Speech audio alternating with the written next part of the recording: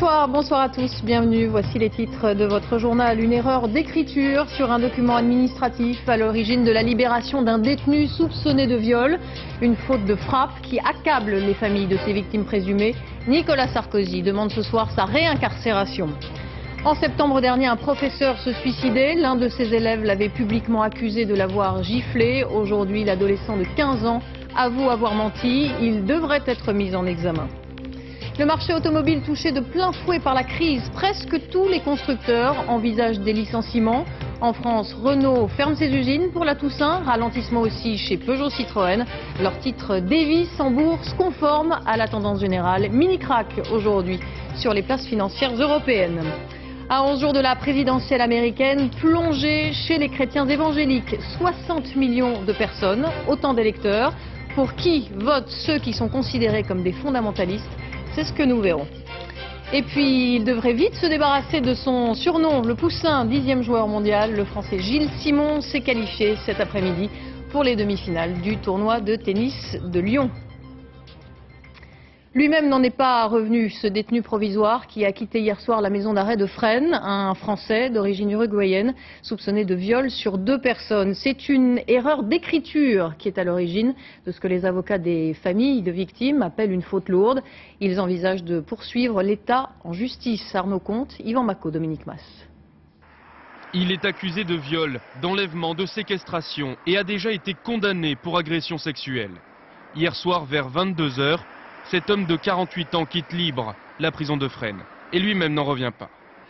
Je me sens terriblement étonné, mais c'est incroyable. En détention provisoire depuis 4 mois, dans l'attente de son procès, l'homme réclamait une remise en liberté. Le 17 octobre, dans un document de 5 pages, la Cour d'appel de Paris considère bien que la détention est l'unique moyen d'éviter tout renouvellement des infractions dont le risque apparaît majeur. Mais en conclusion, la Cour infirme au lieu de confirmer l'ordonnance. Une simple erreur de frappe, l'homme est automatiquement libéré. Pour l'avocat d'une des victimes, cette erreur est gravissime. Il est trop dangereux, il vient déjà d'être condamné pour des faits identiques. Et à raison d'une erreur de plume sur la dernière page, on décide de le libérer. La cliente est en colère, elle est désespérée, elle reste sans voix en disant c'est pas possible, quoi. Comment un magistrat à ce niveau-là peut se tromper, commettre une telle erreur avec de telles conséquences, parce que on se dit on peut le rattraper, on va faire quelque chose. Faire quelque chose, rattraper l'erreur. Les magistrats eux-mêmes se demandent pourquoi rien n'a été tenté. Il y avait une voie de recours qui était la procédure en rectification d'erreurs matérielles qui figure dans le code de procédure pénale. La question est pourquoi n'a-t-elle pas été utilisée? Le juge en charge de l'affaire n'avait hier plus qu'une seule possibilité, placer l'homme sous contrôle judiciaire, ce qu'il a fait. Passeport retiré et obligation de se présenter chaque semaine au tribunal. Des mesures suffisantes pour son avocat. Je pense qu'il fera quand même l'objet probablement d'une certaine surveillance compte tenu de l'émotion qu'a suscité cette libération. Donc écartons l'idée de dangerosité parce qu'on va effectivement créer une véritable psychose. En tout cas, l'homme est prévenu, s'il ne respecte pas à la lettre son contrôle judiciaire, il sera immédiatement renvoyé en prison. Et ce soir, le président de la République demande à la ministre de la Justice de faire engager immédiatement les procédures adaptées pour rectifier cette erreur et faire réincarcérer cet individu. C'est le texte du communiqué. Bonsoir Dominique Verdeillan. Vous êtes en direct du ministère de la Justice où Rachida Dati reçoit en ce moment les syndicats de magistrats. Un rendez-vous durant lequel cette affaire va forcément être évoquée. Au ministère de la Justice comme à la Cour d'appel, aujourd'hui, on a d'abord cherché à comprendre ce qui s'était passé. Il faut savoir que le 17 octobre, le magistrat et le greffier ont signé une quinzaine d'arrêts. C'est une erreur de manipulation informatique. On a en quelque sorte cliqué sur le mauvais mot et malheureusement ce dernier a force de loi. Ensuite, on a surtout essayé de revenir en arrière et c'est là que les choses se compliquent. Ce matin, le parquet général nous disait, se basant sur un précédent en 1994, que le droit est totalement impuissant face à l'erreur matérielle. Et puis vous l'avez dit, Nicolas Sarkozy ne veut pas en rester là. Alors cet après-midi, eh bien, le parquet général a déposé une requête en rectification de cette erreur de frappe, une requête qui ne sera examinée que dans plusieurs jours. Alors évidemment, tout ça intervient très mal au lendemain de cette journée d'action des magistrats. Actuellement, les syndicats tentent de renouer le dialogue avec Rachida Dati. En tout cas, ce qu'on peut dire, c'est que le rapport de force est inversé. Ce soir, les juges, une nouvelle fois, sont sur la sellette. Merci Dominique Verdeillan pour ces précisions. La justice confrontée à la parole des enfants. Un collégien de 15 ans devrait prochainement être mis en examen pour dénonciation calomnieuse. En septembre dernier, il avait accusé son professeur de l'avoir giflé. L'homme s'était suicidé au lendemain de sa garde à vue. L'adolescent a reconnu aujourd'hui avoir menti. Franck Genozo. Il y a un mois, cet adolescent de 15 ans passe la porte de la gendarmerie. Il vient déposer plainte contre son professeur de physique et l'accuse de l'avoir frappé. Il répond alors avec assurance aux questions des journalistes. Je me demandé mon carnet la première fois, j'ai pas entendu. La deuxième fois, il me l'a demandé, il m'a serré le bras, du coup, j'ai dit non, vous m'avez serré le bras, je vous donnerai pas. Après, il m'a fait à la fin du cours, tu restes avec moi. Je suis resté et il m'a tapé. Une histoire inventée de toutes pièces, mais les enquêteurs ne le savent pas encore. Ils convoquent le professeur et le placent en garde à vue pendant 7 heures. Il ressort libre de la gendarmerie et le lendemain décide de mettre fin à ses jours. L'enseignant était dépressif. On ne sait pas si son geste était lié à cet épisode, mais cet après-midi, ses proches sont venus défendre sa mémoire et pointer du doigt ce qu'ils appellent les insuffisances du système judiciaire. Toute la France sait que des enseignants... On s'efforce d'écouter l'enfant, voir s'il raconte des histoires ou s'il dit la vérité. Il y a là tout un travail psychologique qui a été exigé, et c'était la leçon de l'affaire Doutreau. Ça n'est pas mis en application dans les palais de justice. L'adolescent va désormais devoir rendre des comptes à la justice. Dans les jours qui viennent, il devrait être présenté à un juge des enfants et mis en examen pour dénonciation calomnieuse. C'est une victime collatérale de la crise, le secteur automobile. Volvo, Chrysler, General Motors, Volkswagen, tous annoncent ou envisagent des licenciements. En France, Renault ferme ses usines pour la Toussaint, pas mieux chez Peugeot Citroën. Bref, en Europe, la production va tourner au ralenti jusqu'au début de l'année prochaine et tous les constructeurs revoient leurs prévisions à la baisse. Luc Bazizin, Frédéric Pasquette. Tôt ce matin à Sandouville, les esprits s'échauffent encore un peu plus. Après l'annonce de 1000 suppressions de postes, les salariés apprennent cette fois que leur usine sera fermée la semaine prochaine, faute de ventes suffisantes. C'est des gens qui sont normalement cette semaine en chômage technique. Donc ils en ont marre d'être en chômage technique une semaine sur deux, de perdre 300 à 400 euros par mois. Renault a d'ailleurs décidé d'arrêter la production de la quasi-totalité de ses usines en France pendant 1 à 2 semaines et de 1 à 4 jours à l'étranger sur les sites de Turquie, Russie et Slovénie. Des fermetures temporaires qui tombent pendant les congés de la Toussaint, période propice pour placer les journées non travaillées.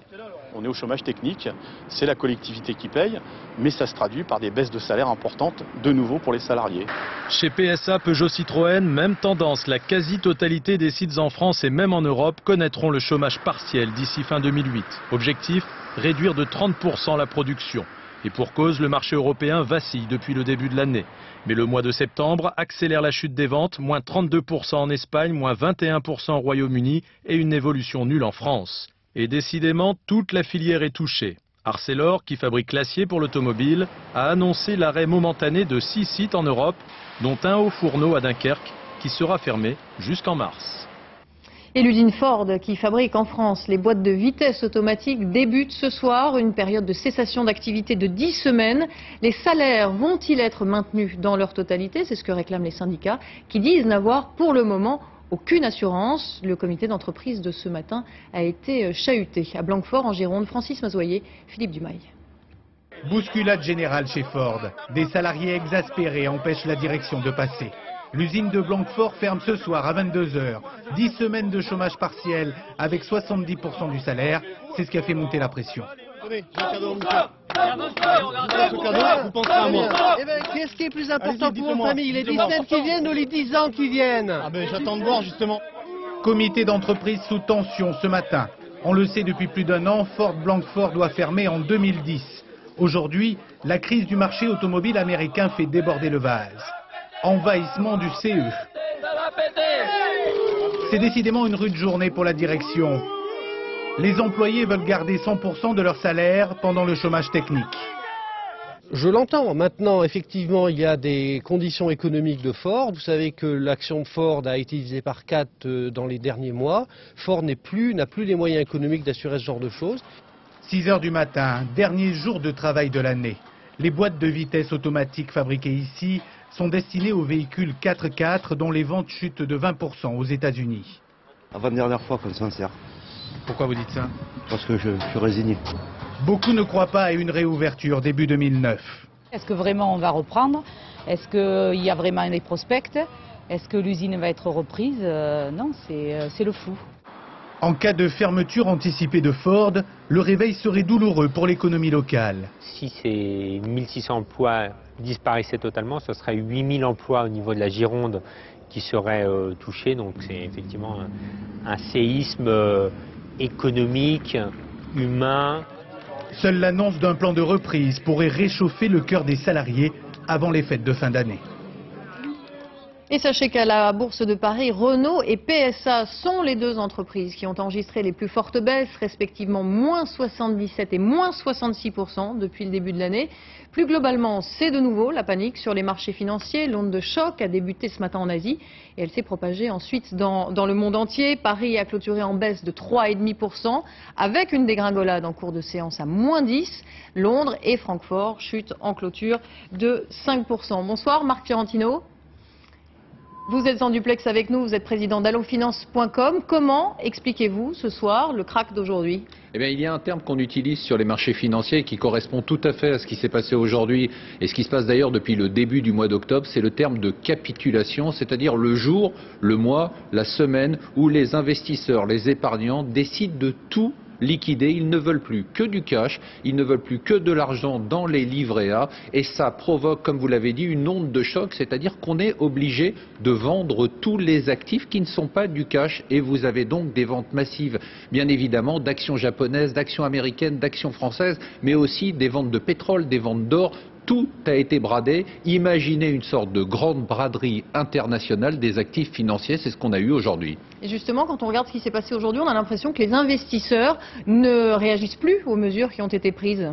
Alors, il faut dire quand même que les mesures qui ont été prises sont remarquables au plan financier. Ce qui s'est fait par l'Eurogroupe est absolument extraordinaire. Avoir réussi à faire ce qu'on a réussi à faire en un week-end, c'est fantastique. Par contre, au niveau de l'économie réelle, il est clair qu'on est très en retard. Vous parliez de la situation des constructeurs automobiles. On parle beaucoup de la situation des PME.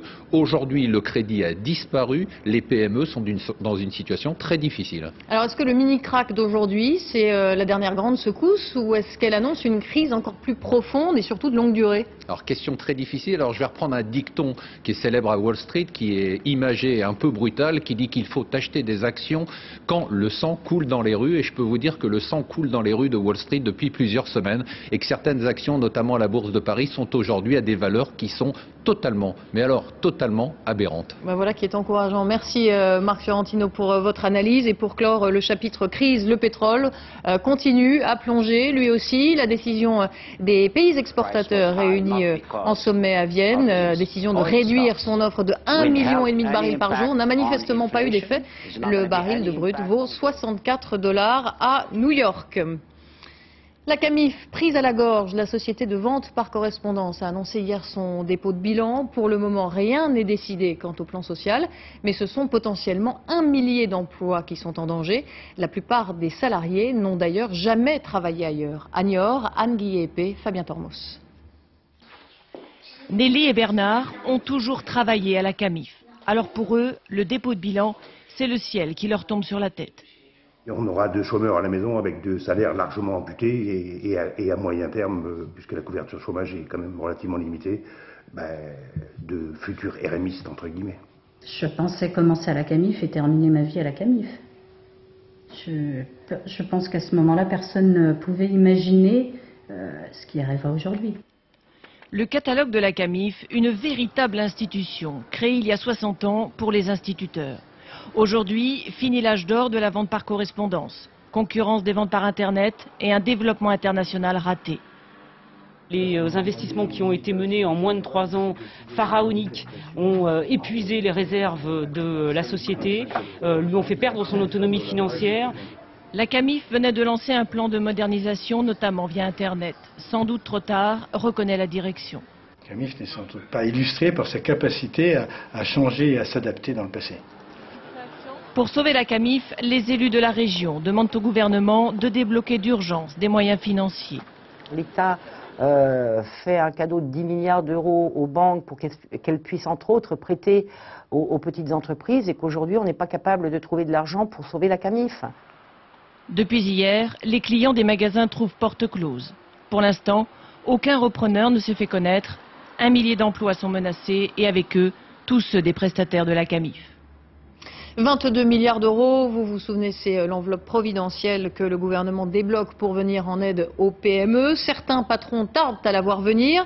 Une convention doit être signée à la fin du mois entre l'État et les banques pour contrôler que ces fonds seront correctement transférés. Exemple dans le bâtiment avec l'un des premiers patrons à bénéficier de cette mesure. Sophie Brune, Alain Locasio. Éric Bernot dirige une entreprise de bâtiment à Valence. Il fait travailler une centaine de personnes sur de gros chantiers de la région. Pour acheter du matériel, notamment une grue, il a besoin d'un prêt de 150 000 euros. Vous suivez bien le finisseur à côté, sur le chantier d'à côté? Sa banque devrait accepter de lui prêter cette somme, car l'emprunt sera en partie garanti par Oseo, la banque publique des PME. La mesure va nous permettre d'obtenir une garantie supplémentaire pour les banques et donc d'augmenter notre chance d'obtenir notre crédit, puisque dans le contexte actuel, les banques ont besoin d'être assurées. Éric Bernot est l'un des premiers patrons à bénéficier de cette aide. Oseo vient en effet de débloquer 5 milliards d'euros et a mis en place un numéro vert pour répondre aux questions des PME. Nous constatons qu'il n'y a pas de panique. Les entreprises sont largement financées encore aujourd'hui par leurs banques, mais ce plan, il sert à prévenir plutôt qu'à guérir. Donc les choses sont en place, une PME qui a des difficultés avec sa banque peut s'adresser à nous, les financements sont là, et je crois que c'est ça qui compte. Outre ces 5 milliards, le dispositif prévoit aussi de prélever 17 milliards sur les excédents des livrets d'épargne. Habituellement, les banques collectent l'argent des livrets d'épargne, puis elles le reversent à la Caisse des dépôts et consignations. Le dispositif prévoit maintenant que la CDC réaffecte les excédents aux banques. Ceux-ci pourront ensuite être prêtés aux entreprises. Au total, le gouvernement veut donc affecter 22 milliards d'euros au financement des PME. Il espère ainsi limiter l'impact de la crise financière. La crise qui rattrape tout le monde jusqu'au sommet Asie-Europe en Chine. Nicolas Sarkozy est officiellement venu pour parler coopération. En réalité, la victoire du président de la République serait de convaincre les dirigeants chinois de participer au sommet de Washington, dont il est l'artisan, le 15 novembre prochain. Alexandre Cara et Alain Dubas sont nos envoyés spéciaux à Pékin. Sarkozy, President of France. En moins d'un an, c'est le 3e voyage chinois de Nicolas Sarkozy. À l'origine, il devait être question de coopération Europe-Asie, mais la crise financière est passée par là. Alors que les indices boursiers européens et asiatiques baissent à l'unisson, le choix des mots n'est pas anodin. Mesdames et messieurs, le monde va mal. Il va mal parce qu'il est face à une crise financière sans précédent. La réponse doit donc être mondiale. L'Europe a besoin de l'Asie et l'Asie a besoin de l'Europe. Alors que l'Asie et la Chine en particulier semblent prêter une oreille attentive à l'idée d'une régulation du capitalisme financier, en coulisses se joue toujours la même pièce, petit différend entre amis, entre la France et l'Allemagne. Angela Merkel est en désaccord avec les propositions du président français sur la gouvernance économique de l'Union et la création de fonds souverains européens. Et malgré plusieurs discussions en marge de ce sommet, rien n'est réglé. Au moment où les bourses connaissent un nouvel accès de faiblesse, Nicolas Sarkozy et l'Union européenne espèrent bien dès demain obtenir l'engagement formel de la Chine qu'elle se rendra le 15 novembre prochain à la conférence de Washington. Il est 20h18, merci d'être avec nous. La suite de votre journal à la rencontre des chrétiens évangéliques aux États-Unis. 60 millions de personnes qui voteront dans ce jour. L'homme qui a vu l'ours, un retraité espagnol mordu par un plantigrade dans les Pyrénées lors d'une partie de chasse au sanglier. Et puis la nouvelle coqueluche des cours de tennis. Gilles Simon, 10e mondial, le Français vient de se qualifier pour les demi-finales du tournoi de Lyon. Mais d'abord Hervé Morin qui rend visite aux soldats français en partance pour l'Afghanistan. C'était ce matin à Cran-Chevrier en Haute-Savoie. Le ministre de la Défense a expliqué leur mission, essentiellement des opérations de contrôle dans des zones de montagne. Quelques 560 militaires du 27e bataillon de chasseurs alpins. Ils viennent de suivre une préparation intensive, notamment 10 jours d'entraînement grandeur nature dans la région de Briançon. C'est le grand format de cette édition. Il est signé Christian Autin et Marc de Langenhagen. Des sommets à plus de 3000 mètres d'altitude, un relief aride et désertique, on se croirait en Afghanistan. Nous sommes à 10 km de Briançon, dans les Hautes-Alpes. Donc tu vois la zone qu'on a... Un terrain d'entraînement idéal pour ces soldats. Pour parfaire l'illusion, le nom des localités afghanes est inscrit sur les cartes militaires. C'est une carte de la région, évidemment, une carte de Briançon, mais sur lequel, vous voyez, il y a un baptême terrain avec des noms de villes qui sont les noms de villes d'Afghanistan pour s'habituer à la terminologie et aux sonorités afghanes. Après 6 mois de préparation, ces hommes partiront le mois prochain en Afghanistan. Voilà 10 jours qu'ils simulent des opérations de guerre, phase finale de leur entraînement. Cet après-midi, l'unité du capitaine Morel traque un groupe d'insurgés. L'attente dure depuis l'aube. Juste un coup d'œil quand même sur Bravo là, et la maison la plus au nord. Cachés dans ces bâtiments en contrebas, les rebelles, joués par d'autres soldats, passent soudain à l'offensive.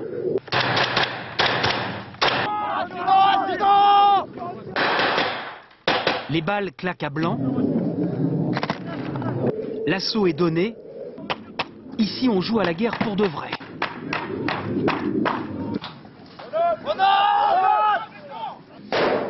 Après quelques minutes, les rebelles sont déclarés hors jeu. Ok, moi j'en ai buté un là sur la maison. Hors jeu, ok. T'es traité par... C'est cet arbitre qui leur explique qu'ils ont été touchés par les tirs. Là c'est pareil en face, donc tu te replies. Fini la guerre pour toi. Pour ces soldats, ce n'est pas un jeu, mais une mise en condition avant l'épreuve du feu en Afghanistan. Quand on signe, c'est pour aller, comme on dit, au carton. Et puis là, je pense qu'on sera dans du concret, du réel. Et maintenant, on s'est entraîné. Il va falloir faire attention, certes. Il va falloir... Vous n'avez pas peur? Non. Un peu, il y a une part... Bien sûr, il y a une petite part de peur, forcément. On va sur un terrain qui est assez dangereux. Et vous n'avez pas peur? On a toujours beaucoup d'appréhension, mais bon, je pense que ça va aller. Tous ces jeunes soldats ont en tête l'embuscade du 18 août dernier et la mort de leurs 10 camarades. Le risque de connaître le même sort ne les paralyse pourtant pas. L'appréhension, ça évite aussi de faire des bêtises. Ça permet de prendre plus de recul, se dire quelqu'un qui n'a pas d'appréhension, pour moi, est plus dangereux que quelqu'un qui en a. Parce que celui qui n'a pas d'appréhension, il ne cherche pas à comprendre, il fonce tout droit. Les pires scénarios sont envisagés au cours de ces ultimes manœuvres. L'état-major affirme avoir tiré les leçons de l'attaque meurtrière d'Ouzbine, mais pas question de se voiler la face. On sait qu'on part pour mener des opérations de guerre. On s'est préparé à avoir des pertes dans nos rangs. C'est aussi pour ça qu'on a fait un gros effort sur la préparation santé du bataillon. La mort, ça fait partie des risques du métier militaire. L'opération Jalalabad a mobilisé 700 hommes pendant 10 jours. Le mois prochain, ils partent relever le 8e RPIMA de Castres, avec le risque pour certains de ne pas revenir. La présidentielle américaine J-11, décomplexée par ses 13 points d'avance sur John McCain. Selon le tout dernier sondage du New York Times, le candidat démocrate interrompt sa campagne pendant 2 jours. Barack Obama est arrivé la nuit dernière à Hawaï pour rendre visite à sa grand-mère qui est très malade. Et finalement, cette parenthèse personnelle se transforme en point fort de sa campagne, d'autant qu'il peut compter sur sa femme qui assure à sa place. Michelle Obama a tenu meeting tout à l'heure dans l'Ohio, État capital qui fait partie de ce que l'on appelle les swing states, ces États traditionnellement indécis mais qui peuvent basculer. L'Ohio qui avait voté républicain en 2000 et 2004. C'est une force électorale aux États-Unis de 60 millions de personnes. Ce sont les chrétiens évangéliques dans le rang des démocrates, mais aussi des républicains. Ceux que nous avons rencontrés à Lynchburg, en Virginie, sont plutôt très conservateurs. Certains disent fondamentalistes. Toujours est-il que l'église du coin tourne à plein régime, la fac évangélique aussi. Reportage de nos envoyés spéciaux Loïc Delamornay et Emmanuel Beck. Steve est un biker, un motard, un pur, un dur. Alors le dimanche, avec ses copains, il va à la messe. Sur le parking, petite prière pour remercier le Très-Haut pour sa protection sur la route. La première fois que nous sommes arrivés ici, les gens ne s'y attendaient pas. Il y a eu comme un malaise. L'Assemblée a pris une grande respiration. Et ils ont demandé au pasteur Jonathan Farwell, va-t-on laisser ces gens habillés comme ça rentrer dans notre église? Et il a répondu oui, définitivement, ils sont les bienvenus. Le pasteur Jonathan Falwell, le voici. C'est mon sermon. J'en ai plusieurs aujourd'hui. Normalement, je les mémorise tous. Mais au cas où, j'ai les papiers. Bienvenue à l'église évangélique Thomas Baptist Road.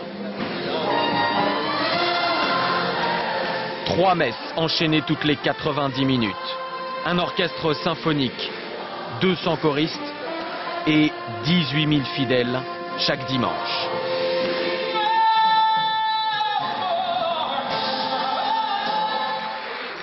Entre sermons et pointes d'humour, le pasteur Falwell est un animateur né.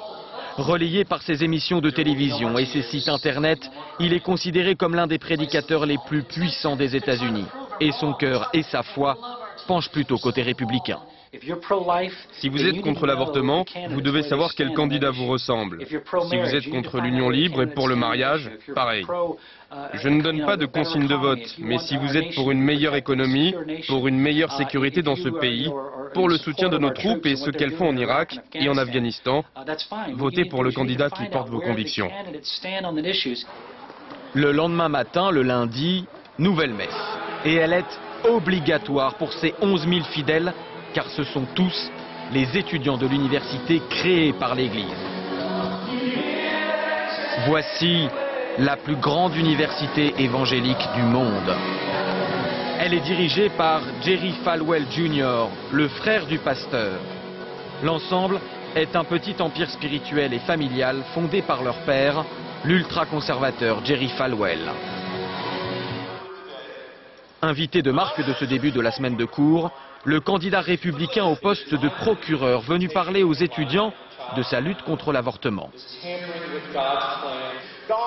Puis sermon de l'un des professeurs emblématiques de l'université expliquant que la Bible est comme un GPS.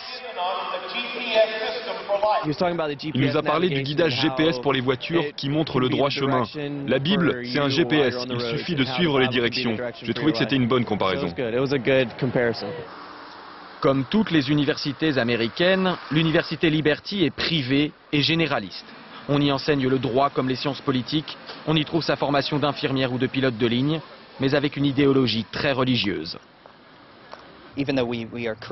Nous sommes créationnistes et la plupart de nos étudiants croient que Dieu a créé l'univers et l'homme en 7 jours. Mais nous enseignons aussi la théorie de l'évolution. Il n'y a pas nécessairement de conflit à enseigner ces deux théories. Officiellement ouverte à tous, chrétiens ou non, l'université impose par contre les cours de religion et un règlement très strict. Interdiction de fumer, de danser, de dire des gros mots. Pas de sexe en dehors du mariage et résidence universitaire séparée entre garçons et filles. Pour faire respecter ce règlement, l'université sélectionne environ 10% des étudiants recrutés sur leur droiture idéologique et elle les forme, comme dans cette salle, pour devenir étudiants superviseurs. On contrôle la propreté dans les chambres. On vérifie qu'il n'y a pas d'alcool sur tout le campus. Mais on n'est pas là que pour la discipline. On accompagne aussi nos camarades sur un plan plus spirituel ou personnel.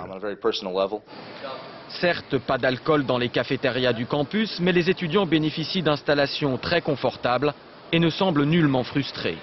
Les soirées étudiantes, tout ça, ça ne me dit rien. Ce n'est pas ce qui m'intéresse et qui va m'aider à me construire. Nous trouvons des moyens de nous amuser dans le cadre de nos croyances et valeurs chrétiennes.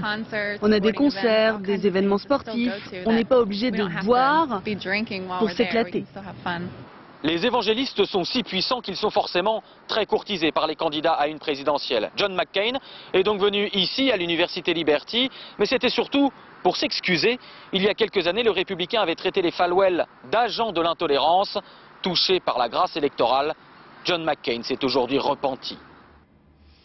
La justice parle d'un trafic qui arroserait tout le département après la saisie en début de semaine de 25 kilos d'héroïne en Saône-et-Loire. 3 personnes ont été déférées au parquet cet après-midi, 6 autres interpellées. Des armes à feu et 32 000 € en espèces ont également été saisies.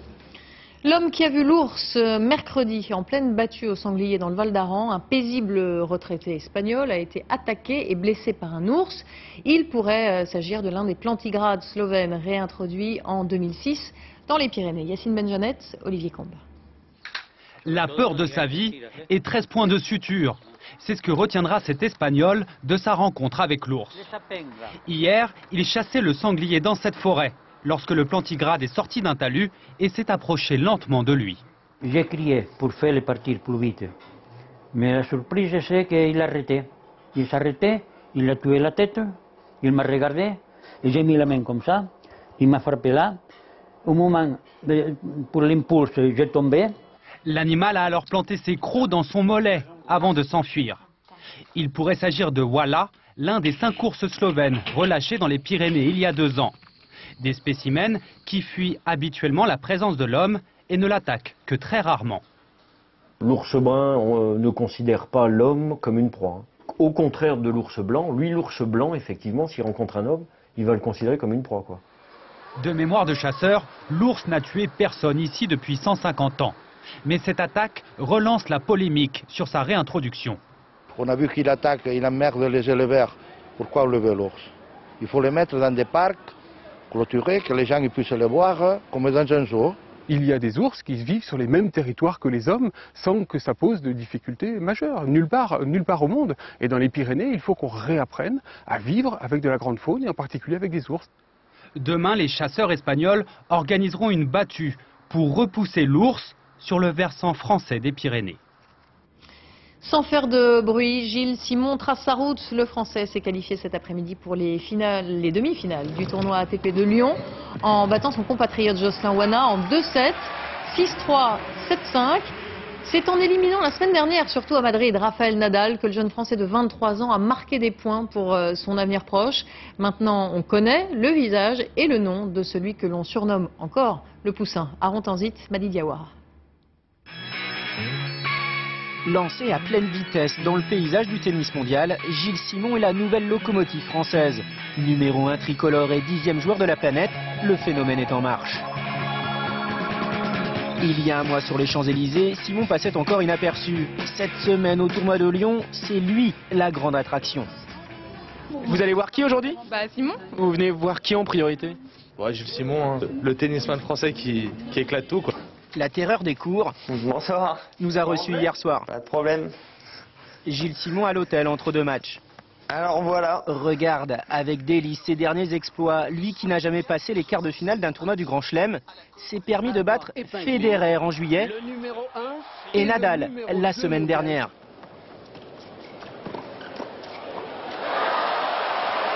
Alors là, on se sent comment quand on bat le numéro 1 mondial? Bien, très bien. Pas de quoi pour autant attraper la grosse tête pour cet éternel amoureux du jeu qui a débuté le tennis à l'âge de 6 ans. Quand j'allais au club, j'y restais 2 heures après l'entraînement à faire des mini-tennis, à jouer, parce que j'adorais ce jeu tout simplement. Gilles Simon ici en photo à 11 ans dans son club de Fontenay-sous-Bois en banlieue parisienne. Ses copains s'en souviennent encore. Moi, il m'a rendu dingue. Plusieurs fois à l'entraînement, il m'a fait jeter ma raquette. À 23 ans, Simon explose, passe au classement devant Joe Wilfried Tsonga, une saine émulation entre 2 tennisman à Miami. Ouais, bien sûr, on se tire la bourre et puis c'est plutôt cool. Moins sympa pour ses adversaires, le mur Simon ne lâche rien, renvoie tout et gagne souvent à la fin. À ce rythme infernal, le Français file tout droit vers le Master de Shanghai qui réunira en décembre les 8 meilleurs joueurs de la planète. La nouvelle coqueluche du tennis français marche tranquillement vers la gloire. Et après le tennis, le football et la coupe de l'UEFA, Saint-Etienne s'est imposé hier soir à Copenhague 3-1, des buts de Gomis, Perrin et Payet.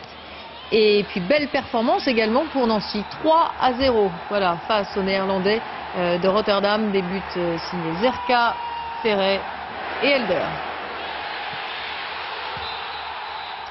C'est l'un des rendez-vous incontournables de l'art contemporain. La FIAC fête sa 35e édition à Paris. 200 galeries françaises et étrangères dont les objets et tableaux s'envolent à prix d'or.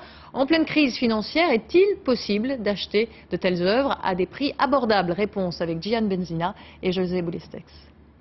vu de l'extérieur, évoluer dans le petit monde de l'art contemporain demande beaucoup d'argent. Erreur, il faut du flair. Et certains viennent de loin pour l'exercer. On monte de la Bretagne profonde et on arrive à Paris et on regarde. Et éventuellement, si on a un petit peu de sous, on achète. Ils aiment l'art, mais n'ont pas forcément de quoi s'offrir une toile de maître. Et là, c'est pareil, c'est la pluie dans une rue à 2 jours différents. On se demande s'il y a une différence.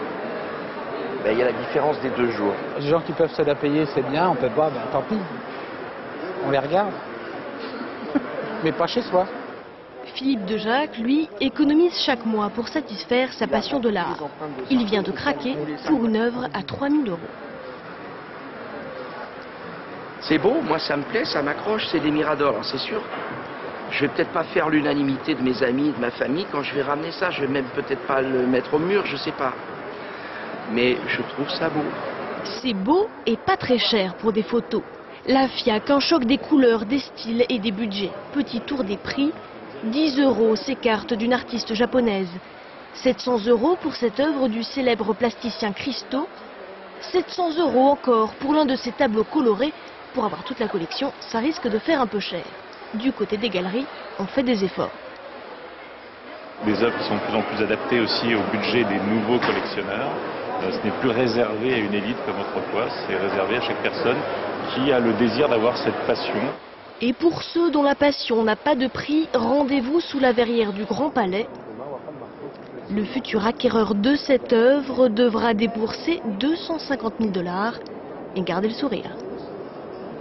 Voilà, et sachez que la FIAC expose également des sculptures monumentales que vous pouvez admirer gratuitement dans les jardins des Tuileries. Voilà pour l'essentiel.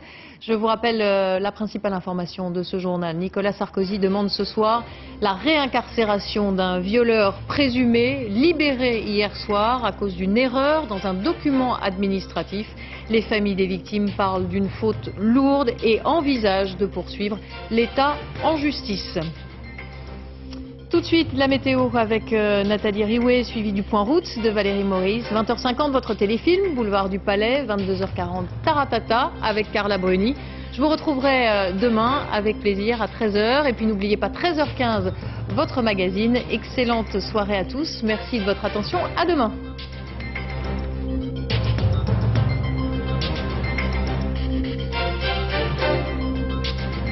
L'info en continu, c'est aussi sur France2.fr.